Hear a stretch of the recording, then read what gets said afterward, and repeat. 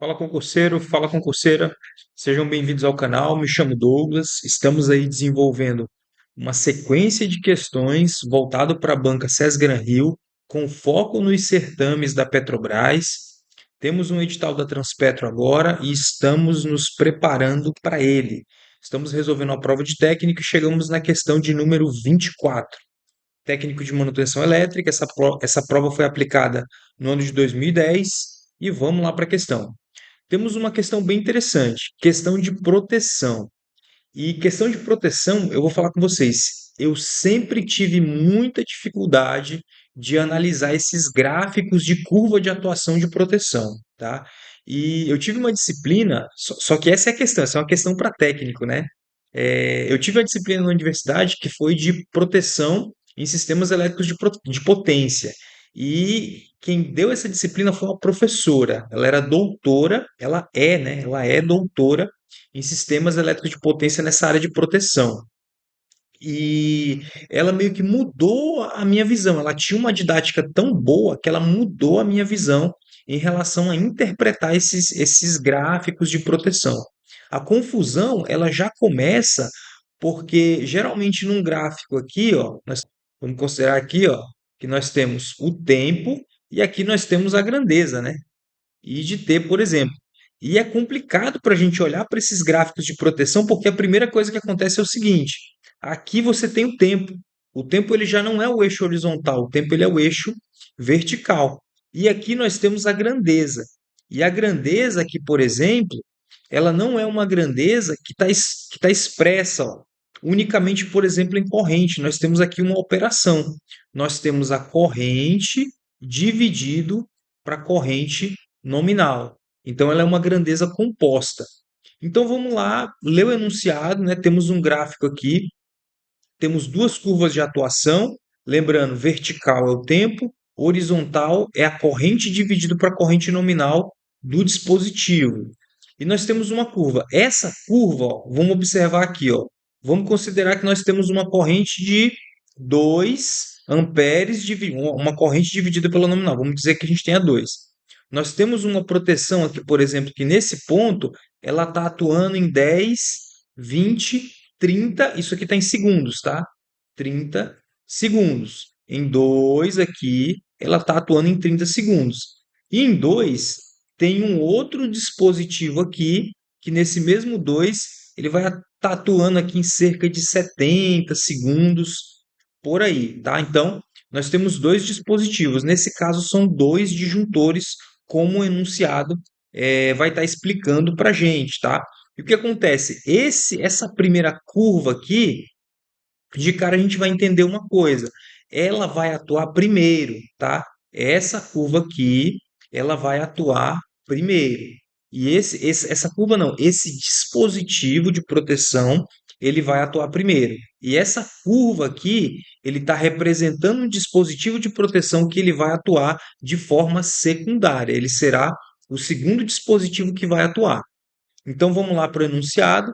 A figura acima mostra as curvas características de tempo vezes corrente de dois disjuntores.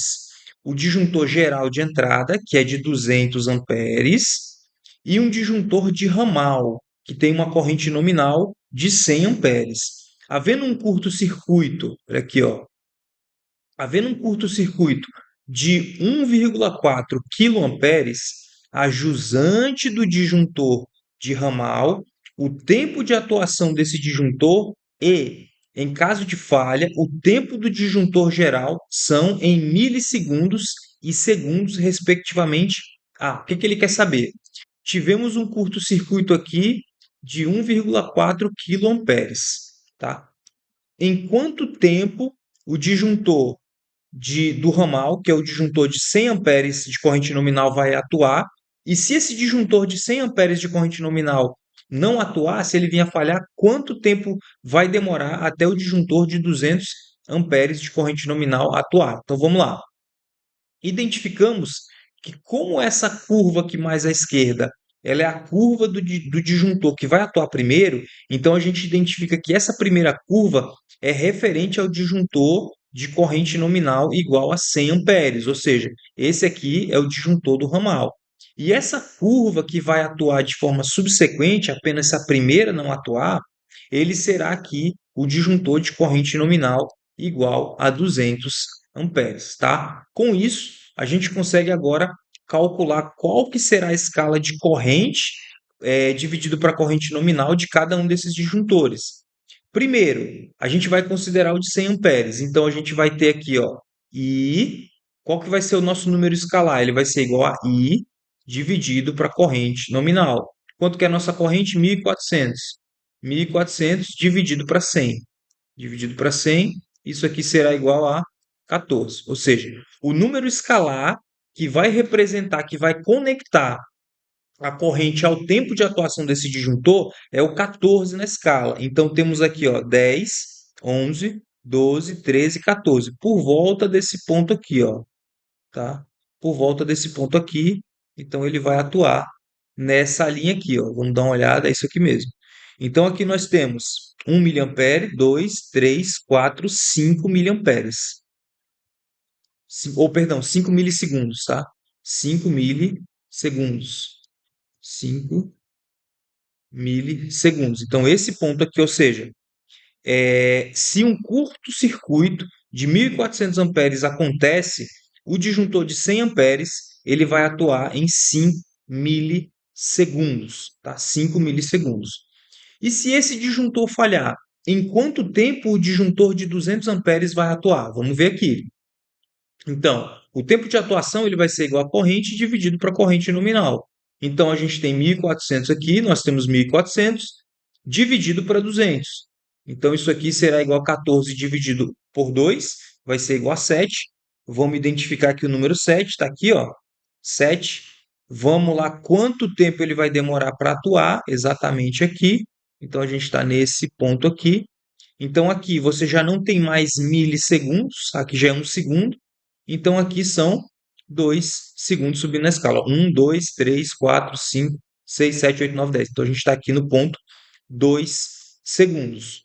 Ou seja, se o disjuntor de 100 amperes falhar do ramal, o disjuntor geral, que tem uma corrente nominal de 200 amperes, tendo passado ali pelo seu filamento ali uma corrente de 1.400 amperes, ele vai atuar em 2 segundos, tá? Então, temos aqui 5 milissegundos e 2 segundos, correspondendo aqui, ó, 5 em milissegundos e em segundos 5 e 2, alternativa letra B. Vamos dar uma conferida aqui no nosso gabarito. Questão de número 24 é para ser alternativa letra B.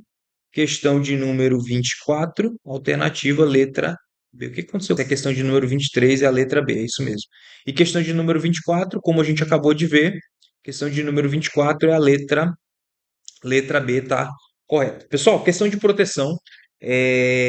São questões assim que você demora para pegar o feeling da questão, para entender essas curvas. Eu, particularmente, demorei, tive essa dificuldade, tá? Então, se você tiver dificuldade para interpretar esse tipo de questão, não se sinta sozinho. Eu também tenho até hoje, tá? Mas eu consigo já ter uma visão mais bem desenvolvida, graças lá à professora Priscila, tá? Mas, pessoal, é isso daí. Obrigado por acompanhar até aqui.